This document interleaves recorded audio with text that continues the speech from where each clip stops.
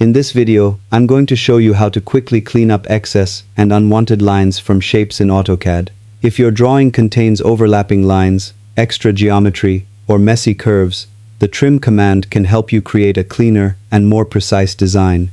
Start by typing TR in the command line and press Enter to activate the trim command. Now click on the unwanted portions of lines to remove them from your drawing. You can use this technique on straight lines, arcs, and curves, making it useful for cleaning up different types of geometry. You can also use a crossing or fence selection to trim multiple unwanted sections at once, which can save time on complex drawings. Before trimming, zoom in closely to the area you are working on so you can select the correct portions accurately. Once you remove the unnecessary lines, your drawing will look cleaner and be easier to edit. Use the trim command regularly to keep your AutoCAD projects organized and professional. Thanks for watching, and stay tuned for more useful AutoCAD tips and tutorials.